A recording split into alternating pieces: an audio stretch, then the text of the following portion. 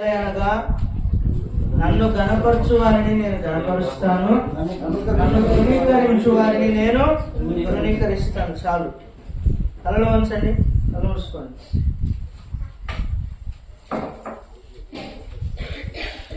వాక్యం కొరకు మా ప్రార్థన చేస్తాం.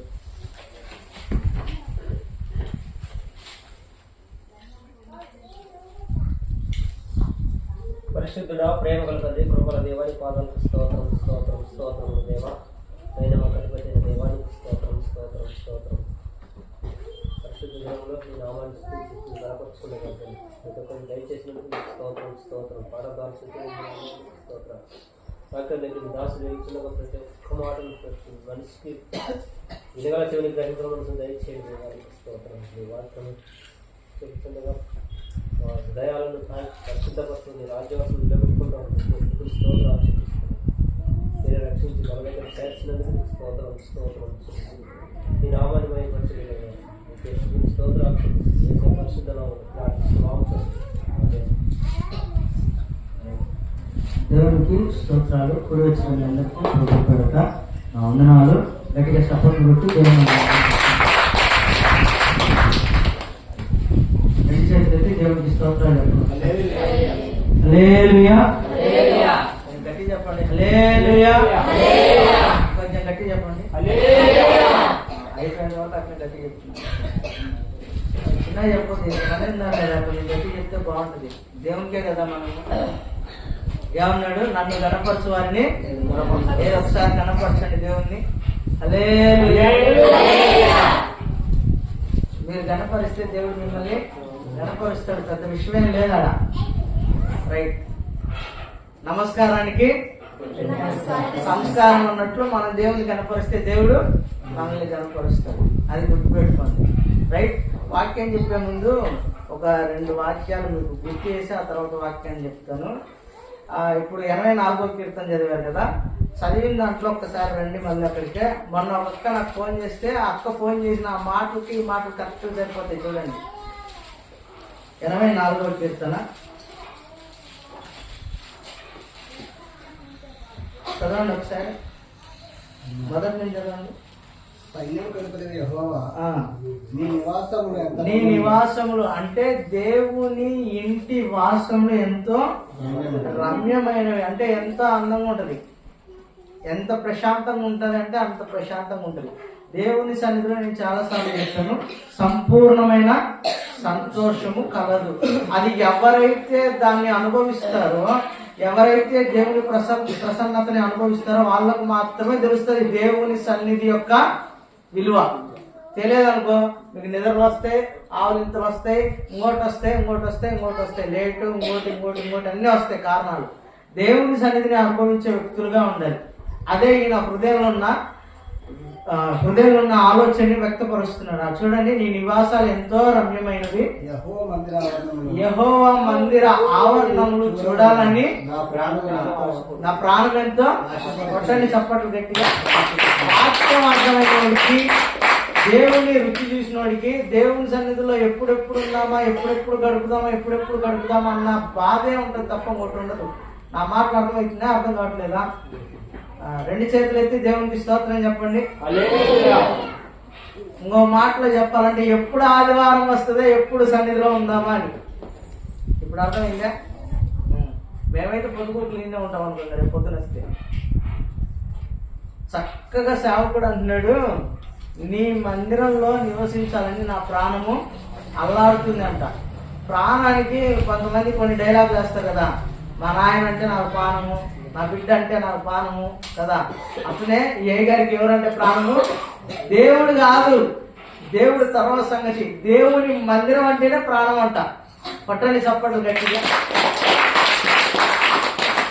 మీకు అర్థమయ్యే భాషలో ఇంకో స్టైల్లో చెప్తా, తిట్టుకోకండి. మనకి ఇష్టమైన వ్యక్తులు ఉన్నారనుకో, వాళ్ళు ఆ ఇంట్లో ఉన్నారనుకో, ఆ ఇంటిని వదిలిపోతే మనం ఏం చేస్తాం? ఆ అమ్మాయి కోరలే, అరే ఈ ఇంట్లోనే కదా ఉంది అని గుర్తు చేసుకుంటారు కదా. అట్లనే ఏ గారికి దేవుని మందిరం అంటే ఇష్టం అంట. రైట్, దేవునికి స్తోత్రం చెప్పండి. మీకు అర్థం కావడానికి చెప్పిన అంతే, మీరు మళ్ళీ తప్పుగా పూర్తిగా తీసుకోగలండి. మన మైండ్ అంతా అట్లే ఉండే ఆలోచన. రైట్, ఇంకో విషయాన్ని కూడా పిల్లలు అడిగారు. ఇది అక్క అడిగిన విషయానికి దానికి సరిపోయే వాక్యాన్ని చెప్తున్నాను. ఇంకో విషయం కూడా ఉంది, పిల్లలు ఉదయం నన్ను అడిగారు, దానికి ఒక మాట చూపిస్తాను చూడండి. ఏప్రిల్కి రాసిన పత్రిక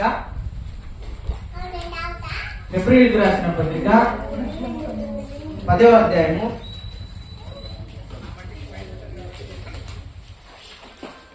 3వ బండ్లే రండి, లోపల రండి.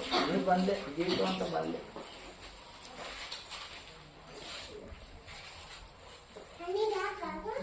3వ వాక్యాన్ని చూడండి. 3:13 ఏప్రిల్కి రాసిన పత్రిక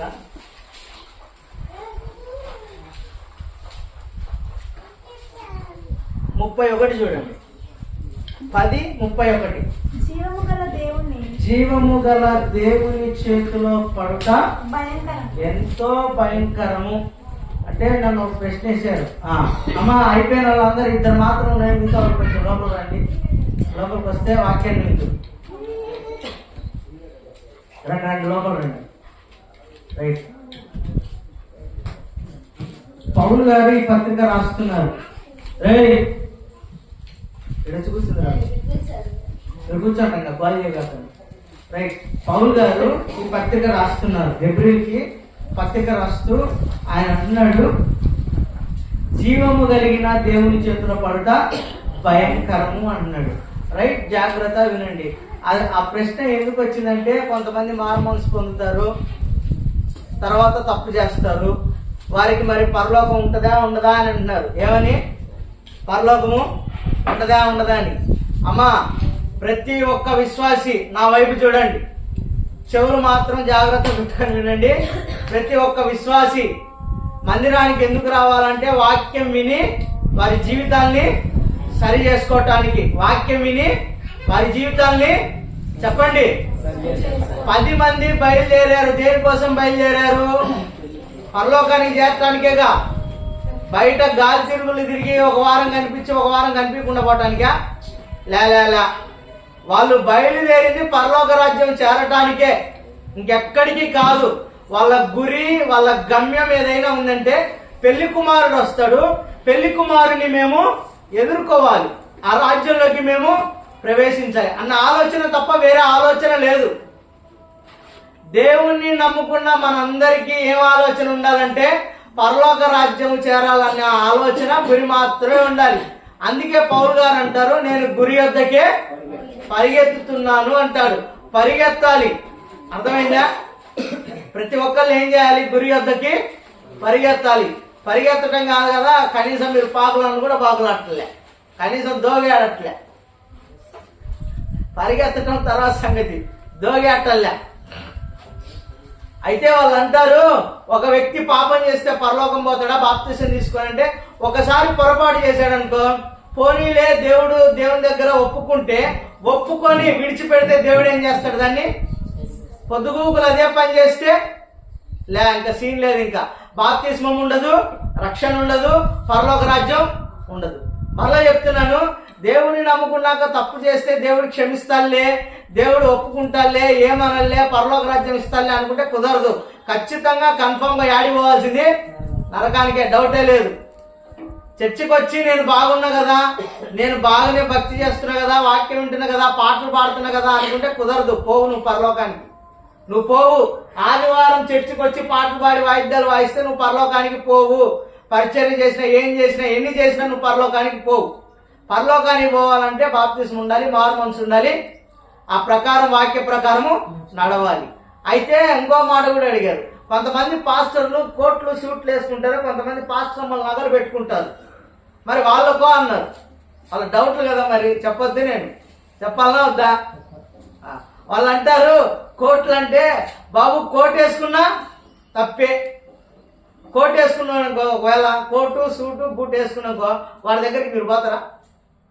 వాడిని నెత్తి మీద పెట్టుకుంటారు, కుర్చీలో కూడా కాదు, మీరు నెత్తి మీద కూర్చోబెట్టుకుంటారు వాడిని కదా. వాడు కోటు ఇటు తెచ్చే ఇటు పట్టుకుంటారు మీరు, అవసరమైతే. వాడికి కోటులో చెమట పోతుందని మళ్ళీ మీరు ఏం చేస్తారు? ఏ ఫ్యాన్ లేకపోతే ఇసనక రూపుతారు. వానికి మీరు దగ్గర గారు. అందుకే ఒక ఉదాహరణ ఉంది, సమస్తాన్ని నోటి మాటతో సృష్టించిన దేవుడు విడిచిపెట్టకూడని భాగ్యము, అంటే పరలోకంలో ఉండే భాగ్యము, పరలోకంలో రాజుగా సింహాసనం మీద కూర్చున్న యేసు ప్రభు నిత్యము దేవదూతలతో పరిశుద్ధుడు పరిశుద్ధుడు అని ప్రతిగానాలతో గణపరచబడుతున్న యేసు ప్రభు దిగి ఎక్కడికి వచ్చాడు? పశువుల పాకలోకి వచ్చాడు. దేవుడు అంత తగ్గించుకున్నప్పుడు పాస్టర్లు ఎంత తగ్గించుకోవాలి? అందుకే నన్ను గణపరచు వారిని కొట్టండి చప్పట్లు గట్టిగా. కోటు సూట్ వేసుకుంటే ఎవరు గణపరచబడతారు? మేమా ఆయన? శాలువాలు కప్పించుకుంటే నేను గణపరచబడతానా, ఆయన గణపరచబడతాడా? చెప్పరేంది? రెండు విషయాల్లో ఒక వ్యక్తి బతుకు బయటపడుతుంది. ఒకటి ప్రవర్తన, రెండు ప్రార్థన. అమ్మ నా మాటలు అర్థమవుతున్నాయా? ఒకటి ప్రవర్తన, రెండు ప్రార్థన. వాడు బతుకేందో చెప్పేయచ్చు. వాక్యం ఎంత బాగా చెప్పినా, పాటలు ఎంత బాగా పాడినా, ప్రార్థన ఎంత బాగా చేసినా, ప్రవర్తన లేకపోతే వాడు తుస్సే. నా మాటలు అర్థమవుతున్నాయా? మీరు కోట్లు సూట్లు వేసుకోకూడదు, దేవుడు మెచ్చడని నేను వేసుకుంటే వాడే ఎప్పుడు పేరు పిలుస్తాడానికి కోటి ఇటు పెట్టుకొని రెడీగా.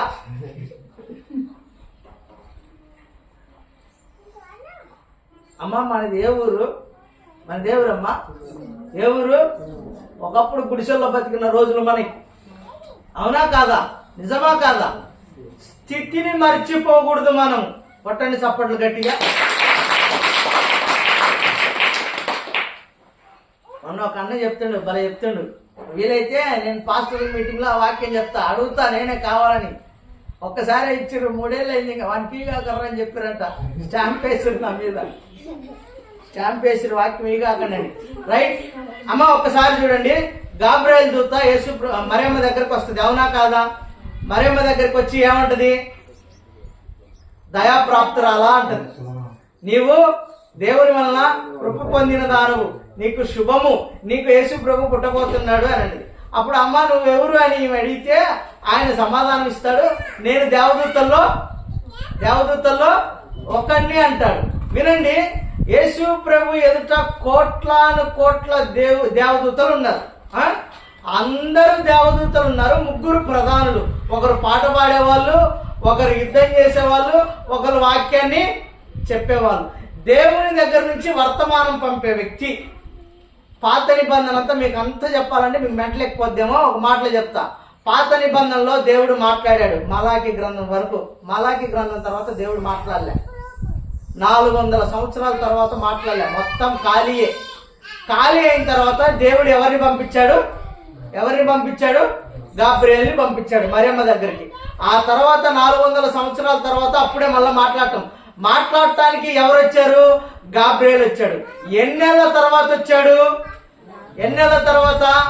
400 సంవత్సరాల తర్వాత ఒక్క వాక్యాన్ని మరియమ్మకి చెప్పటానికి దిగొచ్చాడు. అయితే ఆయన అంటాడు, నేను ఎప్పుడూ దేవదూతల సమూహంలో దేవుని ఎదుట దేవుని సన్నిధిలో నిలబడే ఒక దేవదూతను అంటాడు. నా మాటలు ఇప్పుడు అర్థం కాలేదా? వినండి, మరలా చెప్తాను.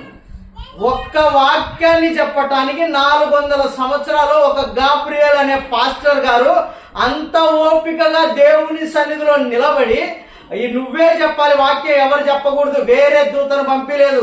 కోట్ల దేవదూతలు ఉంటే ఎవరిని ఎన్నుకున్నాడు?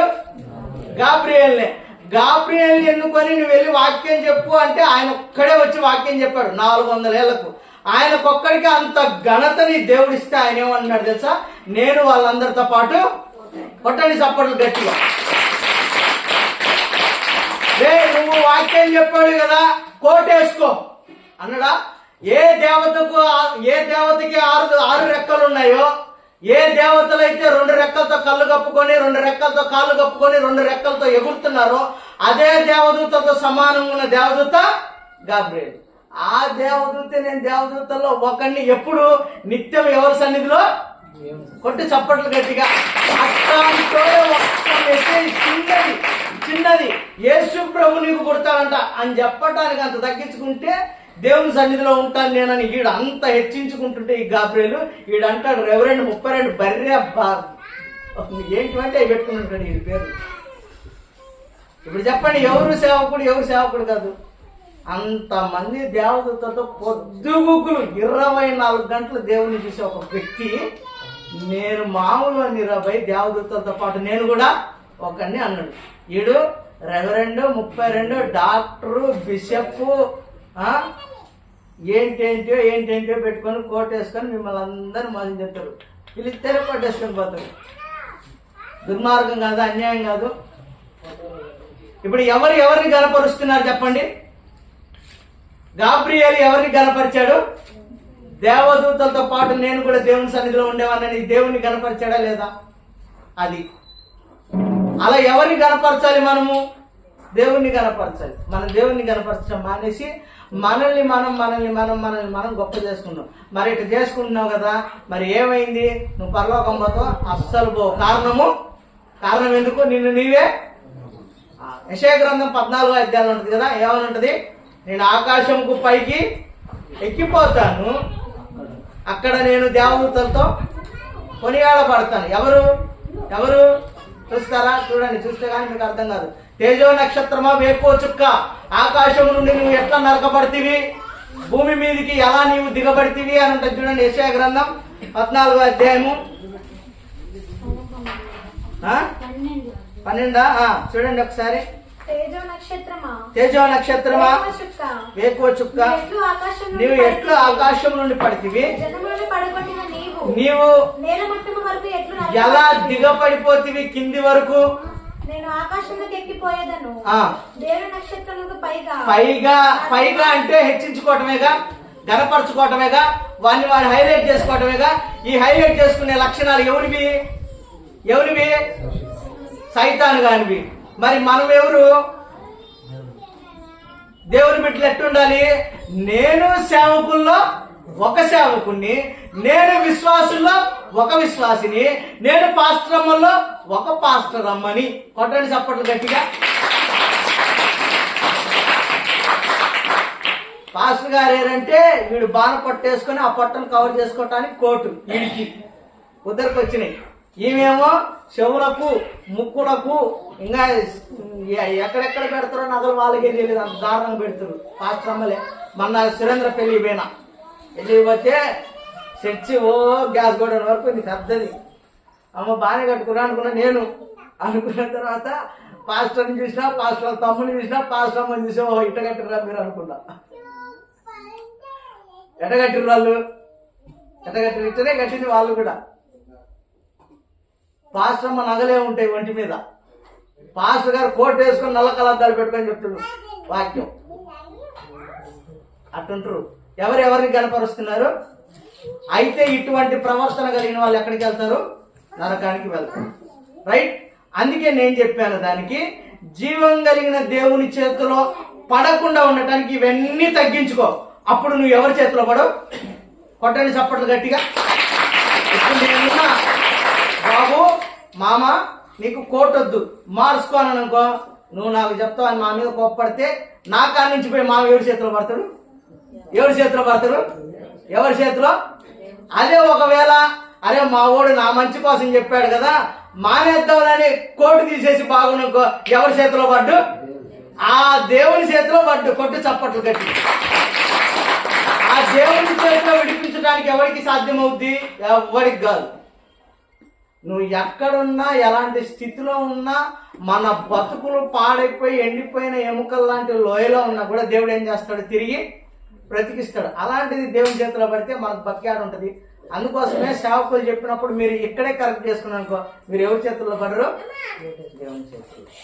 దేవునికి స్తోత్రం చెప్పండి. నన్ను గణపరచు వారిని నేనేం చేస్తాను? గణపరుస్తాను. నన్ను ఎవడైతే తృణీకరిస్తానో వాని నేను తృణీకరిస్తాను. అయ్యగారు నీకు కొడుకులు ఉన్నారు, 2 కొడుకులు. 2 కొడుకులు మందిరంలో నాకు రావాల్సిన నైవేద్యం, బలులు ఇవన్నీ కూడా మీరు తీసుకుంటున్నారు. కాబట్టి ఏం చేస్తాను? తీసుకుంటే నువ్వేమన్నా మాట్లాడుతున్నావా? సరి చేస్తున్నావా? నీ పిల్లలకి ఇది తప్పురా, అవి దేవునికి చెందవలసిన మహిమ, అది దేవునికి చెందవలసిన ఘనత మనం లాక్కోకూడదు. దేవుడు మనల్ని దయతలిచి జాలి చూపించి ఎంతో మంది ఉన్నా కూడా వాళ్ళందరినీ కాదని నన్ను సేవకునిగా ఎన్నుకున్నాడు. సేవకుని అయిన నాకు కడుపున పుట్టిన మీరు ధన్యులు, దేవుని సేవ చేసే పిల్లలుగా. అలాంటప్పుడు దేవుని మహిమను, దేవుని ఘనతను మనం ఏం చేయకూడదు? దొంగిలించకూడదు. దేవుడు మనకు సేవ అనే గొప్ప భాగ్యాన్ని దయచేసినప్పుడు, సేవ చేసే పరిచర్యని దేవుడు మనకు అనుగ్రహించినప్పుడు, ఆ సేవ ద్వారా మనం ఎవరిని గణపరచాలి? దేవుని గణపరచాలి. దేవుని గణపరచకుండా పిల్లల్ని గణపరిస్తే, 7 పిల్లలకి ఇచ్చి ఇంగ్లీష్లో దేంట్లో పాడాల పాట? ఇంగ్లీష్లో. అప్పుడు ఎవరు గణపరచబడుతున్నారు? ఈడీలో పిల్లలు ఇట్టండు. కొంతమందికి ఫోన్లు ఉంటాయి, కోతి కొబ్బరి సిప్పది దొరికినట్టే మా అమ్మ మాదిరి. మా అమ్మ ఫోన్ తిరగడం ఉండదు, తరగడం ఉండదు. మా బిడ్డ తుమ్మినా పొడ తిస్తుంది, దగ్గినా పొడ తిస్తుంది, తిత్తినా పొడ తిస్తుంది మా అమ్మ. ఎవరిని గణపరుస్తున్నారు చెప్పండి? దేవుణ్ణి గణపరచాలి. మనం గణపరచాల్సింది దేవుణ్ణి గణపరిస్తే దేవుడు మనల్ని గణపరుస్తాడు. మనము దేవుని తృణీకరిస్తే దేవుడు మనల్ని తృణీకరిస్తాడు. మీకు బాగా తెలుసు, ఎస్తేర్ వాళ్ళ బాబాయ్ ఎవరు? మొర్దెకై. ఎవరిని గణపరిచాడు? అయ్యగారు వస్తుంటే ఆయనకు మొక్కాడా? లేదుగా, దేవునికే మొక్కాడు. నేను మొక్కను, నేను ఎవరిని? యూదుడను. నేను వాణ్ణి పొగిడేది, నేను దేవుని బిడ్డను, నేను విశ్వాసిని, నేను ఎందుకు మొక్కుతావాన్ని? నేను మొక్కను అని. నేను మొక్కేది దేవుణ్ణి గణపరుస్తాను. మీకు జాగ్రత్తగా గమనిస్తే ఏలియా ఎక్కడికి వెళ్ళు? కేరోతు వాగు దగ్గరికి వెళ్ళు. కాకులు నిన్ను పోషిస్తాయి. కాకులు పోషిస్తే కాకుల్ని గణపరచలేదు, కాకుల్ని మహింపరచలేదు, కాకుల్ని గణపరచలేదు. వాటిని పంపిన దేవుని గణపరచడు. రైట్? మనము దేవుణ్ణి గణపరిస్తే దేవుడు మనల్ని గణపరుస్తాడు. మనము దేవుణ్ణి తృణీకరిస్తే, నీవు నన్ను తృణీకరించావు కాబట్టి నేను కూడా నిన్ను తృణీకరిస్తా అన్నాడు. ఫిలిస్తీన్లతో యుద్ధం జరుగుతుంది. యుద్ధంలో 2 కొడుకులు చనిపోయారు. ఆ వార్త విన్న వెంటనే తండ్రి కూడా మెడ విరిగి ఏమన్నా విషయం ఉంది చెప్పండి? ఎప్పుడైతే దేవుణ్ణి తృణీకరించారో, దేవుడు వారిని తృణీకరించినందుకు వాళ్ళ బ్రతుకులు ఏమైపోయాయి? దేవుడు గణపరుస్తున్నంతసేపు ఏలీ ఎలా ఉన్నాడు, ఏలీ కొడుకులు ఎలా ఉన్నారు, ఆయన కోడళ్ళు ఎలా ఉన్నారు? చక్కగా ఉన్నారు. ఏలీ మాటే శాసనం ఇశ్రాయేలు ప్రజలకి. ఏలీ ఎప్పుడైతే దేవుణ్ణి గణపరచడం మానేసి కొడుకుని గణపరచాడో కుటుంబం అంతా సర్వనాశనం అయిపోయింది. అందుకే మనం ఎవరిని గణపరచాలి? దేవుని గణపరచాలి. మొర్దెకై చక్కగా దేవుని గణపరచాడు. ఊరంతా ప్రజలంతా చూస్తున్నప్పుడు రాజుని ఎలా అయితే గౌరవిస్తారో మొర్దెకైని కూడా అలాగే గౌరవించారు. అదే దేవుడు గణపరిచాడు అతను కూడా. రైట్? చూద్దాము కొన్ని విషయాలు బైబిల్లో. చూడండి ఒకసారి మలాకి గ్రంథం 1వ అధ్యాయము 6వ వాక్యాన్ని చూడండి. మలాకి గ్రంథము 1వ అధ్యాయము 6వ వాక్యాన్ని చూడండి. కుమారుడు తన తండ్రిని గణపరచును కదా. చాలా, అక్కడ ఆగండి. కుమారుడు తన తండ్రిని గణపరచును కదా అనింది. రైట్? యజమానుడు తన దాసుని ఏం చేస్తాడు? గణపరుస్తాడు. నేను తండ్రిని అయితే నాకు రావాల్సిన ఘనత ఎక్కడ? నేను యజమానుడినైతే నాకు రావాల్సిన ఘనత ఎక్కడ అనే ప్రశ్న ఉంది అక్కడ. రైట్? జాగ్రత్తగా వినండి. దేవుడు మనకు తండ్రితో సమానం. అమ్మా, నా మాటలు విన్నారా? దేవునికి మనకున్న సంబంధం ఏంది చెప్పండి? అమ్మా ఎవరు తెచ్చండి, మీరే, మిమ్మల్ని అడిగేది. దేవునికి మనకున్న సంబంధం ఏంది? తండ్రి పిల్లల సంబంధం. అర్థమవుతుందా? అర్థం కావట్లేదా? అందుకే యేసు ప్రభు అంటారు, మీరు ప్రార్థన చేయనప్పుడు ఎలా చేయాలి? పరలోకపు ఏమని? మా తండ్రి అనే కదా. గుర్తుపెట్టుకోండి. దేవుడు తండ్రి అయితే మనం కుమారులము, మనము కుమారులం అయితే ఆయన తండ్రి. కాబట్టి ఇక్కడ మీరు అంటారేమో, మేమంతా ఆడవాళ్ళం కదా, ఏమని పిలిచానంటారా? మీరు కూడా కుమారులే. రైట్? ఆయన అంటాడు, తండ్రి కుమారుని ఏం చేస్తారు? గణపరుస్తారు. తండ్రి ఎప్పటికైనా సరే కుమారునే గణపరచాలి. కుమారుడు ఎందుకు పుట్టాడు అంటే తండ్రిని గణపరచటానికి. కుమారుడి వల్ల తండ్రికి ఏమొస్తుంది? ఘనత వస్తుంది. కుమారుడు పుట్టుక కావచ్చు, ప్రవర్తన కావచ్చు, కుమారుడు ఎదుగుదల కావచ్చు, కుమారుడు చేసే ప్రతి పని ఎవరిని గణపరచబడాలి? తండ్రిని. అందుకే యేసుప్రభు అంటాడు, తండ్రి నీవు నాకు అప్పగించిన పనిని నేను పూర్తి చేసి నిన్ను మహిమ పరిచా అంటాడు. కొట్టని చప్పట్లు గట్టిగా ఆ మాటలు జాగ్రత్తగా ఒక్కొక్కటి చూపిస్తాను. రైట్? ఆ విషయాన్ని అట్టే పెట్టుకొని మరలా తర్వాత వద్దాం. ఒక్కసారి అపోస్తుల కార్యము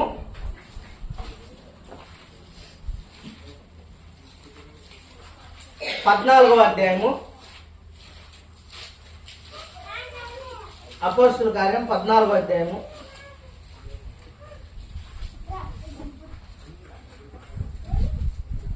7 చూడండి, తర్వాత 15 చూడండి.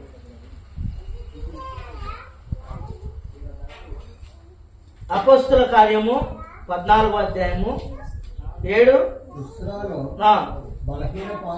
బలహీన పాదములు కలిగిన ఒకడు ఉండెను.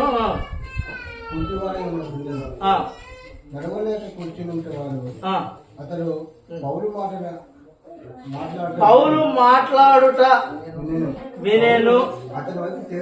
అతని వైపు తేరి చూచి విశ్వాసం ఉండనని గ్రహించి నీ పాదములు మోపి సరిగ్గా నిలువమని పౌలు చెప్పాడు. చాలు. లుస్త్రా గ్రామంలో సువార్త పరిచర్యకి ఎవరు వెళ్ళారు? పౌలు వెళ్తే పౌలుతో పాటు ఇంకో శిష్యుడు కూడా వెళ్ళాడు. వెళ్ళి వాక్యాన్ని బోధిస్తున్నారు. వాక్యాన్ని బోధిస్తుంటే కాళ్ళు లేవు, బలహీన పాదాలు, పుట్టినప్పటి నుంచి పాదాలే లేవు, అతనికి నడిచే ఓపిక లేదు, కూర్చొనే ఉన్నాడు. పౌలు గారు వాక్యాన్ని బోధిస్తున్నారు. వాక్యాన్ని బోధిస్తున్నప్పుడు పౌలు గారి మాటల్ని బట్టి వినే ఆ వ్యక్తిలో ఏం కలిగింది? విశ్వాసం కలగాల. అమ్మ వినండి, ఒక వ్యక్తి వాక్యం చెప్తే విశ్వాసం కలగాల. ఒక వ్యక్తి వాక్యం చెప్తే ఎటకారం కాదు. ఒక వ్యక్తి వాక్యం చెప్తే సొల్లు కాదు. ఒక వ్యక్తి వాక్యం చెప్తే సరసము కాదు. ఇంకొక వ్యక్తి వాక్యం చెప్తే జోకులు కాదు. వినే వ్యక్తికి ఏం కలగాలి? విశ్వాసం కలిగితేనే విశ్వాసులు అవుతారు. కొట్టని చప్పట్లు గట్టిగా. ఒక ఆయన గంట చెప్పినానుకో వాక్యం, గంటలో సొల్లంతా చెప్పినానుకో, వానికేం విశ్వాసం కలుగుద్ది? వాళ్ళు ఎంత పెద్దలైనా కావచ్చు, ఎంత వ్యక్తులైనా కావచ్చు, వాక్యంతోనే ఒక విశ్వాసి బలపరచబడగలడు. అర్థమవుతుందా? వాక్యం వింటేనే ఒక విశ్వాసి బలపడతాడు. వాక్యం వినకుండా ఏ విశ్వాసి బలపడ్డు. అయితే వీళ్ళు వాక్యం చెప్తుంటే ఆయన వింటున్నాడు. వింటూ చక్కగా విశ్వాసాన్ని కనపరుస్తున్నారు. ఆ విశ్వాసాన్ని ఎవరు గమనిస్తున్నారు? పౌలు గమనిస్తున్నారు. ఒరే, అతను చాలా జాగ్రత్తగా వాక్యాన్ని వింటున్నాడు, విశ్వాసాన్ని చూపిస్తున్నాడు, అతను నా నుంచి ఏదో ఆశిస్తున్నాడు, దేవుడు ఏదో స్వస్థత పొందుతాడని, దేవుడి ద్వారా ఏదో కోరుకుంటున్నాడని గమనించి, అయ్యగారు మీరు ఏమనుకుంటున్నారు అని అనలే, లేచి నీవు నిలబడండి. ఒక విశ్వాసి వింటున్నాడో వినట్లేదో పైన ఉన్న పాస్టర్కి కనిపిస్తుందా? కనిపిదా? నువ్వు నిద్రించి ఆవిలించి నువ్వు ఎట్ట ముఖం పెట్టినావు, మాకు అర్థమైపోయింది వినే బుద్ధి లేదు.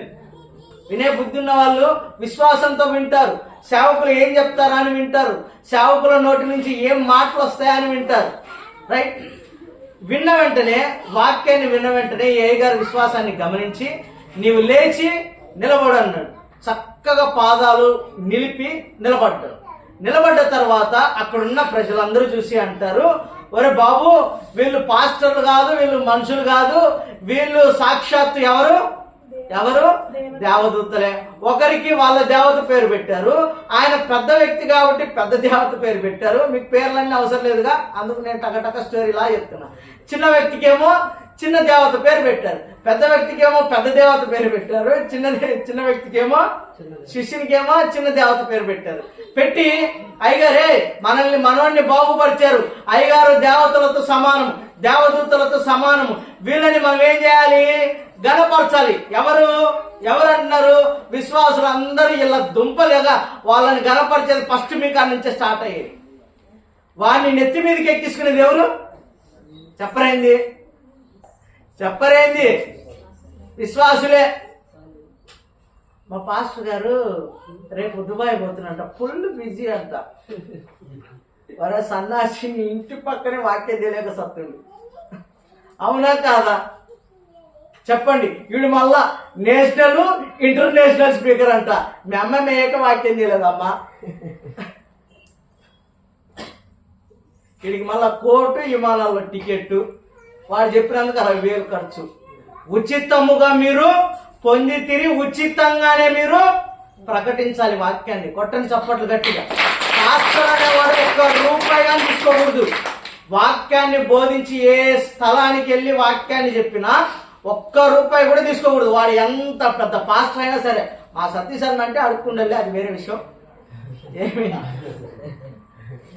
మా సతీష్ అన్న అంటే అడుక్కుండాలకు ప్రెసిడెంట్ వాడు, దాంట్లో నుంచి ఆ సినిమాలో అట్టనమాట. జాగ్రత్త వినండి. ఏ వ్యక్తినైనా సరే మొదట హైలైట్ చేసేది ఎవరంటే మనమే. పౌలుని వాడుకుంది ఎవరు? పౌలుని వాడుకుంది దేవుడు. పౌలుకి కూడా రోగం ఉందిగా, పౌలుకి కూడా జబ్బు ఉందిగా.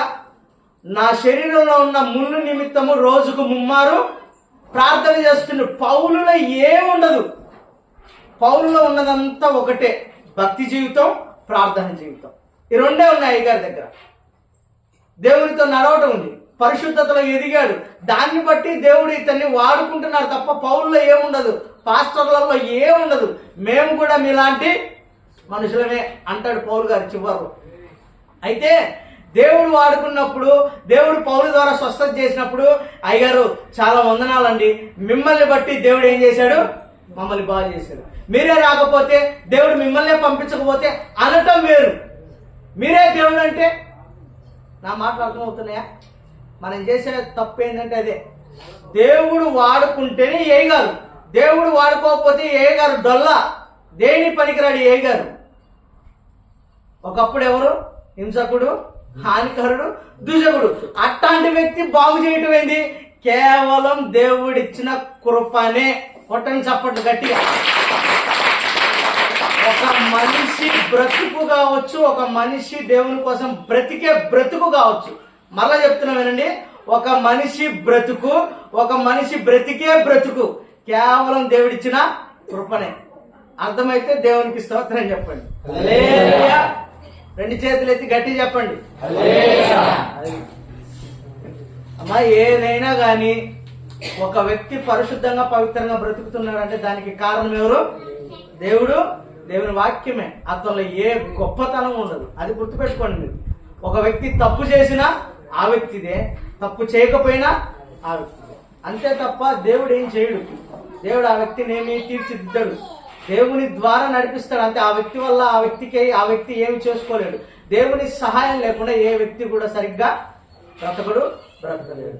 అయితే బాగు చేసిన తర్వాత మీరే మా దేవుళ్ళు, మీరే మా దేవతలు, అందుకని ఎట్లను తెచ్చారు, ఎట్లకు సన్మానం చేశారు, పశువులకి దండలేసి వేసేసి అయ్యగారికి, చిన్న అయ్యగారికి ఏం చేయాలి?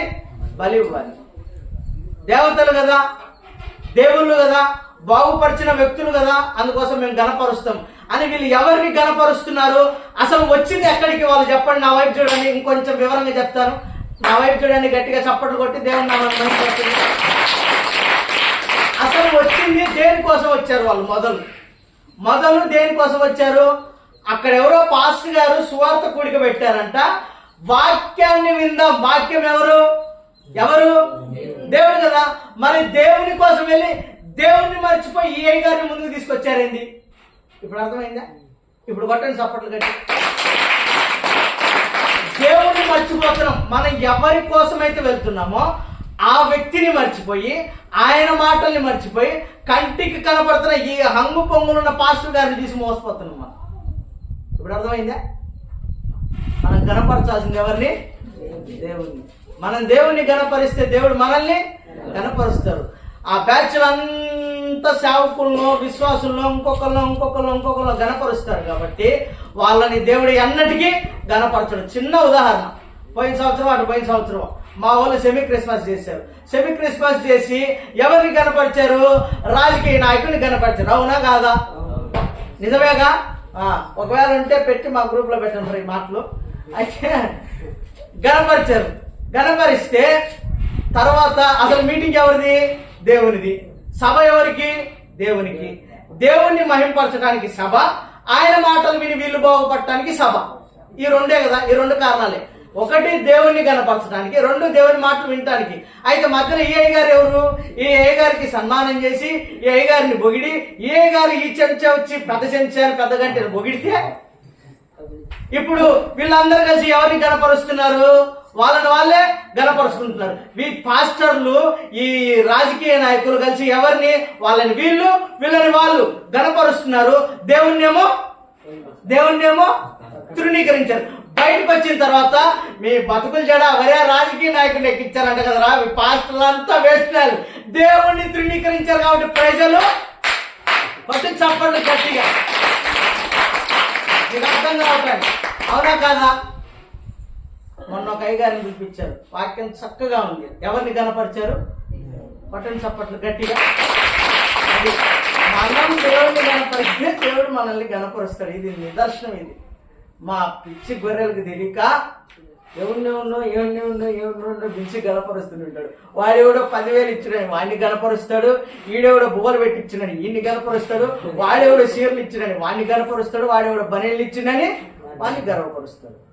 ఒక ఆయన పొద్దున లేచిన దగ్గర నుంచి రాత్రి వరకు ప్రతిరోజు ఒక్కరోజు అలసిపోకుండా ముసలాయన కరపత్రాలు పంచుతున్నాడు. అట్లాంటి గనపరచొచ్చుగా ఈ అమ్మలు గనపరచట.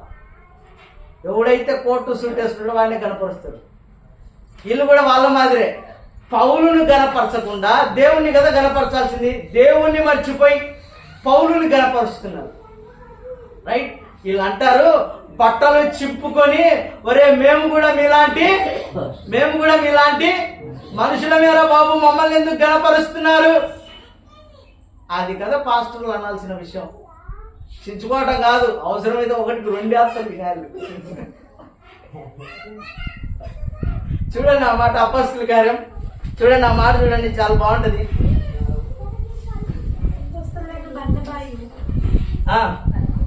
పద్దాలు చూడండి.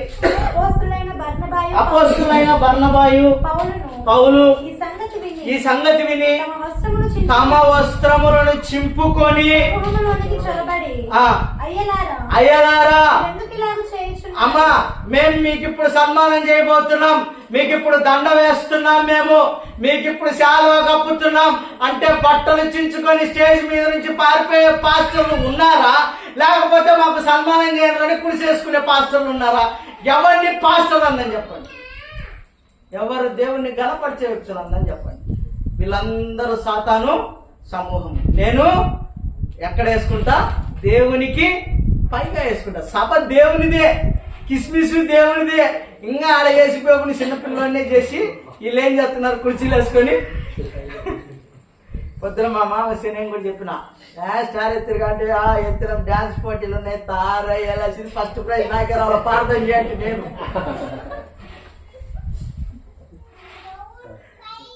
మీకెవరికి రాకూడదు.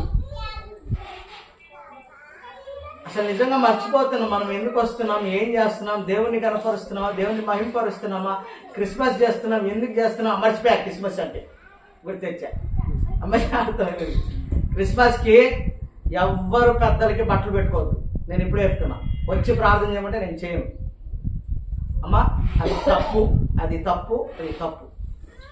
కావాలంటే మీకు ప్రేమ ఉండి దేవుని మీద గౌరవం ఉంటే మీ వరకు ప్రార్థన చేసుకోండి.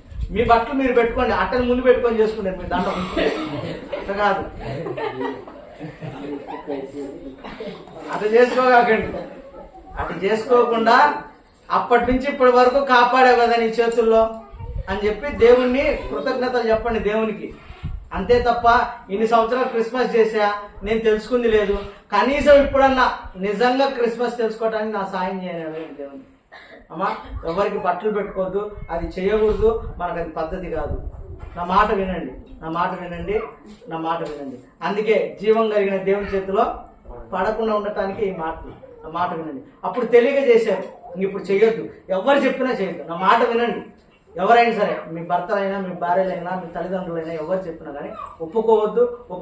దేవుని నామాన్ని మాత్రం అవమానపరచొద్దు. నిజంగా చెప్తున్నాను, మనకు మనస్సాక్షి అనేది ఉంటే లాజరు ధనవంతుడు తెలుసు. ధనవంతుడు ఎక్కడున్నాడు? నరకంలో ఉన్నాడు. మన పితరులు అంటే మీ తల్లిదండ్రులు కావచ్చు, మీ జేజనానులు కావచ్చు, దేవుని నమ్ముకొని బాప్తిసం తీసుకుంటే పరలోకంలో సంతోషంగా ఉంటారు, దాంట్లో డౌటే లేదు. బట్టని చప్పట్లు గట్టిగా. ఒకవేళ లేకపోతే నరకంలో ఉంటారు. అక్కడ వాళ్ళు సంతోషిస్తున్నప్పుడు మనం ఈ ఎరి కార్యం చేయడం అనవసరం. ఒకటి, అక్కడ వాళ్ళు నరకంలో బాధపడుతున్నప్పుడు మనం బట్టలు పెట్టి సంతోషించడం కరెక్ట్ కాదు. అక్కడ పరలోకంలో ఉంటే మనది ఎరితనం అయింది.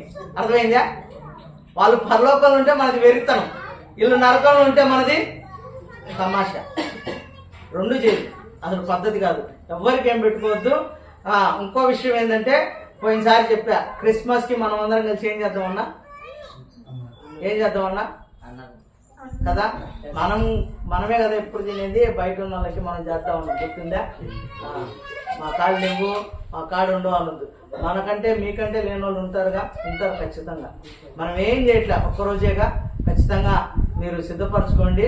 మనమే ఫోన్ చేసుకొని మనమే ప్యాకెట్ చేసుకొని, మీరే రావాల్సిన అవసరం లేదు. కుర్రోళ్ళు ఉంటారు, కుర్రోళ్ళు పంచుతారు. ఒకవేళ ఆడపిల్లలు ఎవరన్నా కుర్రోళ్ళు వస్తా అంటే రానివ్వండి, తప్పేం లేదు. ఒకవేళ ఆడవాళ్ళు ఉంటారు కాబట్టి ఆడవాళ్ళకి ఇవ్వండి. అంతే తప్ప మీరేం చేయొద్దు, మీరేం ఇబ్బంది పడద్దు. ఖచ్చితంగా సాయం చేయండి. దేవుని పేరు ఈసారైనా క్రిస్మస్ బాగా చేద్దాం. రైట్? కాబట్టి బట్టలు చించుకొని, అయ్యా మేము కూడా మీలాంటి వ్యక్తులమే అన్నాం. రైట్? ఇంకా ఇద్దరిని చూపించి 5 నిమిషాల్లో ముగిస్తాను. చూడండి, యోహాను సువార్త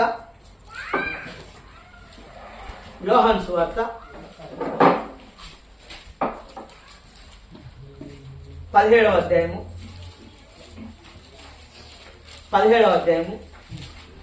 4వ వాక్యాన్ని చేయుటకు నీవు నాకు ఇచ్చిన పని. మీరు ఇందాక మలాకి గ్రంథంలో చదివారు కదా, 1:6లో తండ్రి కుమారుణ్ణి గణపరుస్తాడు. అది గుర్తుపెట్టుకోండి చాలు. చేయుటకు నీవు నాకు ఇచ్చిన పని. అక్కడ ఆగండి. యేసు ప్రభుకి తండ్రి ఒక పనిని అప్పగించాడు. ఆ పని ఏంటంటే, లోక పాపాల రక్షణ కొరకు యేసు ప్రభు ఏం చేయాలి? ప్రాణం పెట్టాలి, శిలువ కార్యం జరిగించాలి, తన రక్తాన్ని చెందించాలి. నా మాటలు అర్థమవుతున్నాయా? ఇది తండ్రి చేయమన్న పని. ఏం చెప్పాడు యేసు ప్రభుకి తండ్రి? నీవు లోకంలో ఉన్న ప్రతి ఒక్క మనిషి కొరకు ప్రాణం పెట్టాలి అని చెప్పాడు.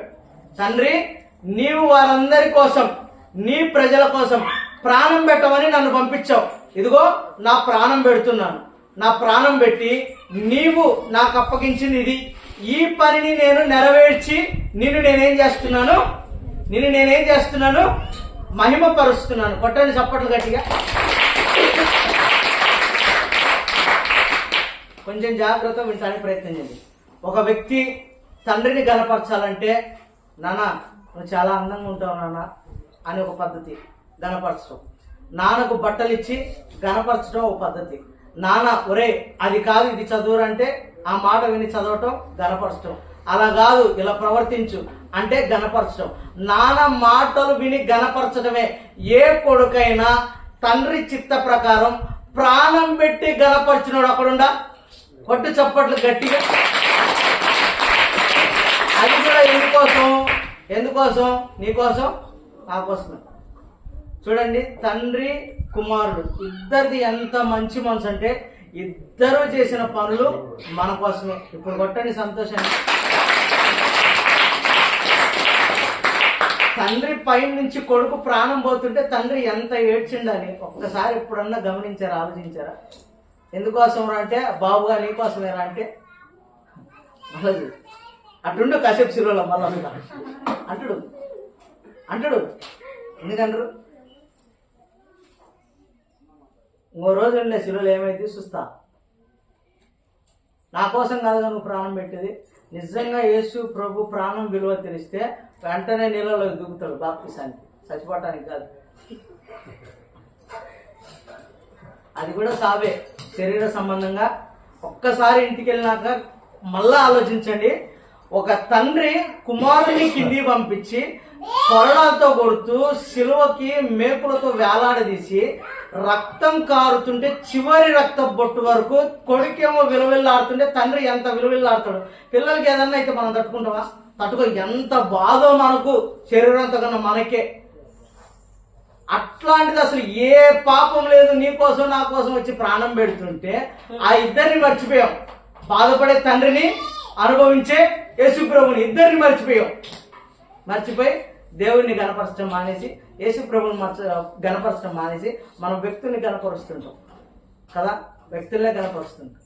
రైట్? తండ్రి, నీవు నాకు అప్పగించిన పనిని నేను పూర్తి చేసి నిన్ను గణపరుస్తున్నాను.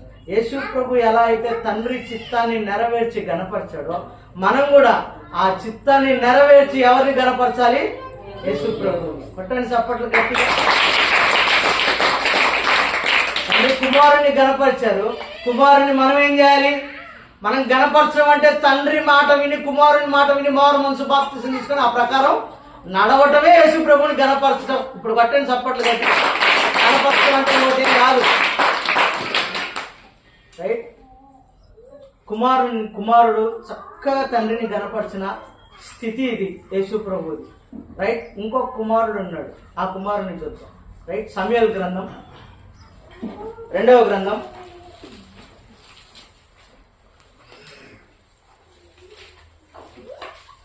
15వ అధ్యాయం.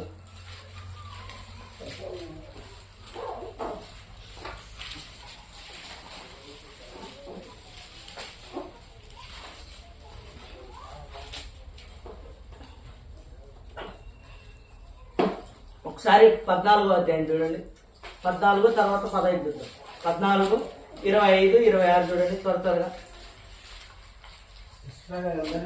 ఇశ్రాయేలీయులందరిలో అదో ఎంత అందం అంట, సౌందర్యము. అంత అందగాడు ఇశ్రాయేలీలోనే లేరంట, ఆ దేశంలోనే అంత అందగాడు లేడు. ఆ అందగాడు ఎవరయ్యా అంటే అబ్షలోము. అమ్మా ఏమిట్లో ఏమి లేదు, ఈడు ముక్కంకర మూతంకర ఉన్నా కూడా ఈడు అందగాడని ఫీలింగ్. అవునా కదా? నిజంగా చెప్పండి. అబ్షలోముని జనాలు చుట్టానికి వచ్చేవాళ్ళంట.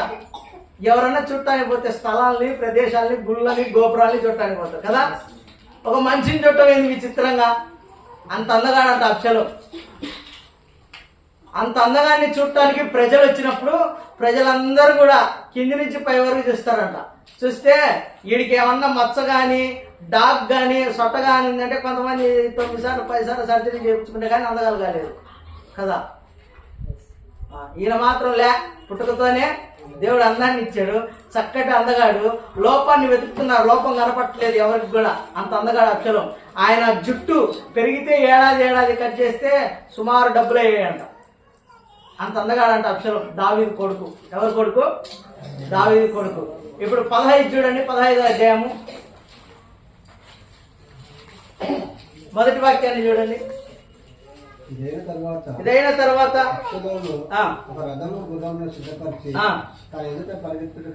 తన ఎదుట పరిగెత్తుటకై బౌన్సర్లు, బాడీ గార్డ్లు, ఒక దేవుని సేవకుని కొడుకు ముందు పరిగెత్తటానికి బాడీ గార్డ్లు ఎంతమంది? ఇప్పుడు కూడా ఉన్నాడు అబ్షలోం. ఎవరు?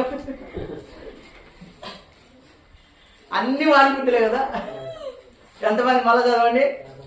50 మంది. ఎందుకు? అబ్షలోమును పట్టుకోకుండా, ముట్టుకోకుండా, అబ్బో ఐగారును పట్టుకుంటే వాళ్ళు కొడతారు అన్నట్టు బాడీ గార్డులు అబ్షలోంకి, రైట్? 16వ అధ్యాయంలో కూడా ఉంటుంది. ఏమని ఉంటుంది అంటే షిమి అనే ఒక వ్యక్తి ఉంటాడు. చూడండి, అది కూడా చూసి చెప్తాను నేను. 16వ అధ్యాయము 5, 8 చూడండి. 5 చూడండి ఒకసారి. రాజైన దావీదు బహురువు దాపునకు వచ్చినప్పుడు 16వ అధ్యాయము 8 చూడండి. 7, 8 చూడండి. ఈ షిమి నరహంతకుడా, దుర్మార్గుడా, చీపో అని ఎవరిని తిడుతుండు? దావీదుని. నేను చెప్తా చూడండి, మీకు అంత అర్థమవుతాడు చెప్తా. మీకు ముక్కలు చూపించి ఆ తర్వాత చెప్తా, రైట్? దావీదు కొడుకు అబ్షలోం అందగాడు. దావీదు దేవుని సేవకుడు, దేవుని హృదయానుసారుడు. అప్పటికి దావీదు పాపం చేసి అయిపోయింది కథ. అయిపోయిన తర్వాత చక్కగా సొలొమోను వీళ్ళందరూ ఉన్నారు. అబ్షలోం మొదటి భార్య కొడుకు అయితే మీ అందరికీ తెలుసు. వాళ్ళ ఇంకొక భార్య పుట్టిన అబ్బాయి అబ్షలోం చెల్లెల్ని తప్పు చేస్తే ఈయన విందు చేసి వాళ్ళందరినీ నరికి చంపిన తర్వాత అయ్యగారు బయలుదేరిన తర్వాత ఏ గారి గురించిన వివరణ. అతను చాలా అందగాడంట. అతన్ని చూడటానికి వచ్చే వ్యక్తులు ఏ లోపం వెతికినా అతను ఏమాత్రం లోపం లేనటువంటి అందమైన వ్యక్తి. అరికాలు మొదలుకొని నన్నెత్తి వరకు. ఎవరు? అబ్షలోం. అందమైన వ్యక్తి, రైట్? పైకి చూడటానికి అందంగా ఉన్నాడు, పైకి చూడటానికి చాలా చక్కగా ఉన్నాడు, చూడటానికి కనులు సరిపోవట్లేదు, అంత అందంగా ఉన్నాడు అబ్షలోం. అయితే ఈ అయ్యగారు ఇది అయిపోయిన తర్వాత ఇతన్ని చంపుతాడేమని దావీదు ముందే వద్దులే బాబు నేను రాను నీ మీటింగ్కి, నీ భోజనానికి అని తప్పించుకుంటాడు దావీదు. ఈ క్రమంలో తప్పించుకున్నప్పుడు దావీదు మీద అబ్షలోంకి ఏమొచ్చింది? కోపం వచ్చింది.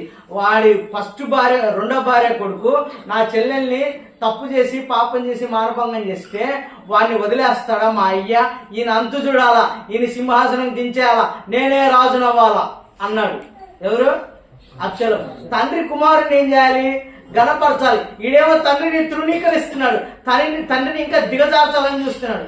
అయితే దావీదు కుటుంబంలోనే ఇంకొక వ్యక్తి ఉన్నాడు, షిమి అని.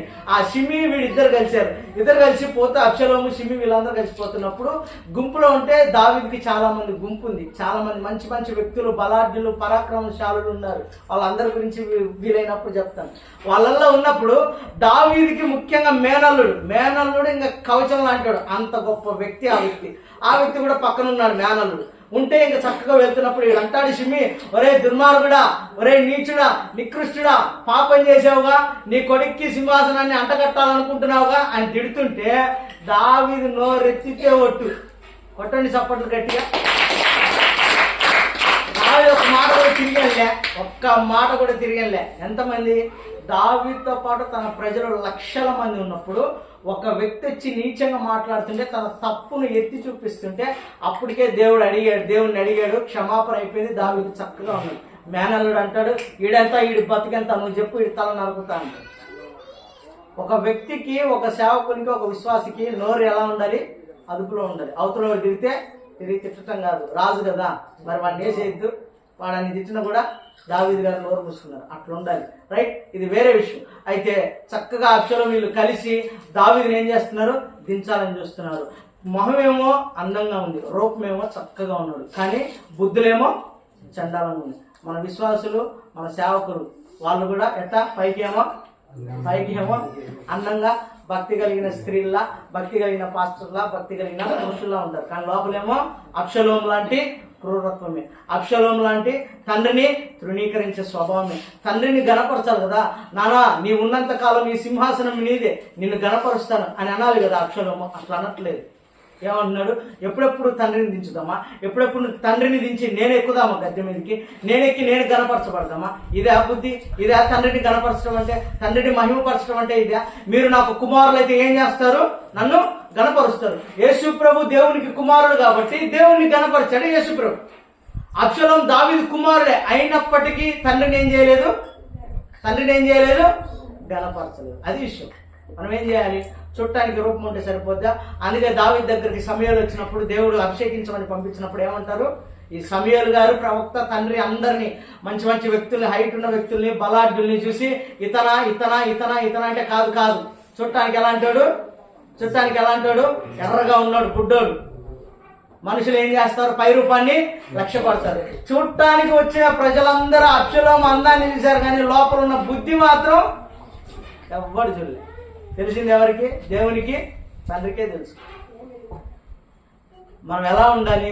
యేసు ప్రభు తండ్రిని ఎలా అయితే గణపరచాడో మనం అలా గణపరిచే వ్యక్తులుగా ఉండాలి. అబ్షాలోం లాగా తండ్రిని గణహీనపరిచే వ్యక్తులుగా ఉండదు. మనమందరం ఎలా ఉండాలి చెప్పండి?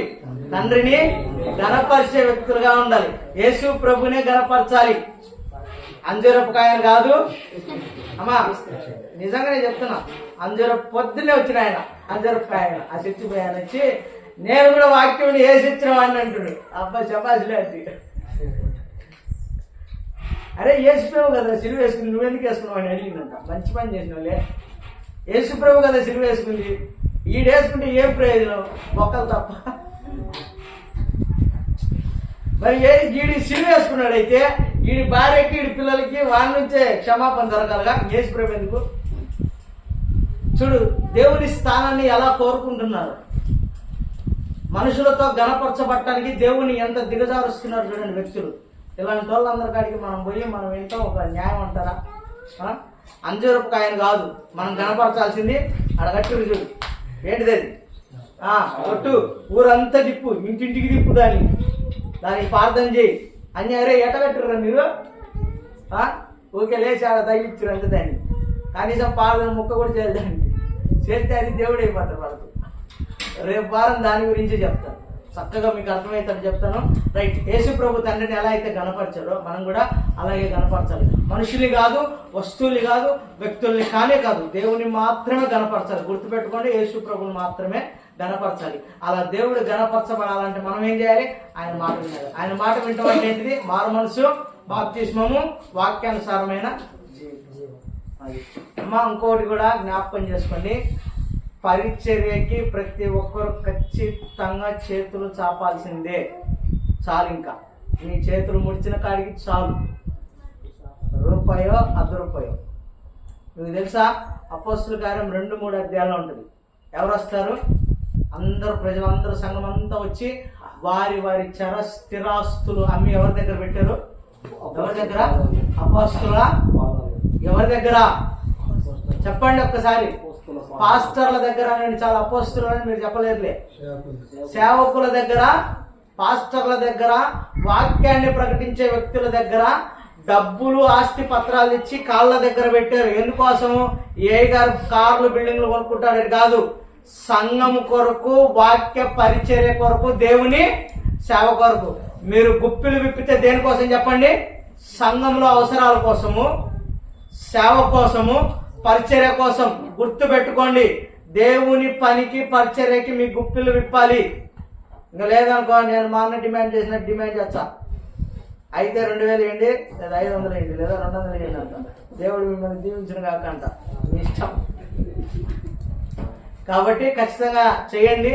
అది మంచి పని, మీకే మంచిది. మీరు దేవునికి ఇస్తే దేవుడు మిమ్మల్ని దీవిస్తాడు. గుర్తుపెట్టుకోండి. నాకు మొన్నటి నుంచి ఎందుకో చెప్పాలంటే రవి ఒక మాట ఫోన్ చేసి ఫోన్ చేస్తే అప్పుడు గుర్తొచ్చింది. ఖచ్చితంగా మీ అందరికి చెప్పాలని. ఇన్ని రోజులు చెప్పలేదు, ఇప్పుడు చెప్తున్నాను. ఒక్కసారే మీ గుప్పిలు విప్పడానికి ప్రయత్నం చేయండి. బాబాయ్ దానికి కావాలి, దీనికి కావాలంటే నేను ఒకటే మాట అన్నాను, రవి సంఘం ఏం చేస్తుంది రవి అని. నిజమే కదా? మీరు విప్పరా? మీకు బాధ్యత లేదా? ఖచ్చితంగా విప్పండి. దేవుని సేవ చేయండి. దేవుని పరిచర్యలో మీ గుప్పిలు విప్పండి. మీరు కూడా ప్రయాసపడండి. ఖచ్చితంగా దేవుడు మిమ్మల్ని దీవిస్తాడు. నా మాట వినండి. దేవుని సన్నిధిలో గడపడానికి, పరిచర్య చేయడానికి మీరు త్వరపడండి. దేవుడు దీవిస్తాడు తప్పకుండా. దేవుడు మిమ్మల్ని అందరినీ దీవించును గాక. మనం ఏం చేయాలి? తండ్రిని గణపరిచే వ్యక్తులుగా ఉండాలి. రైట్. కళ్ళు వంచండి, కళ్ళు మూసుకోండి. క్రిస్మస్కి మాత్రం ఎవరు మర్చిపోవద్దు. మీరే డిసైడ్ చేసుకోండి. ఎంత ఇస్తారో, ఎంత ఇవ్వరో మీరే అనుకొని చేయండి. నా మాట వినండి. కొనుక్కోవద్దు, సరుక్కోవద్దు. మనస్ఫూర్తిగా ఇవ్వండి, సరేనా? అది మనందరికీ మంచిది. మనస్ఫూర్తిగా ఇవ్వండి చాలు. తల వంచండి, కళ్ళు మూసుకోండి. పరిశుద్ధుడా, ప్రేమ కలిగిన తండ్రి, నీ పాదాలు పొందిన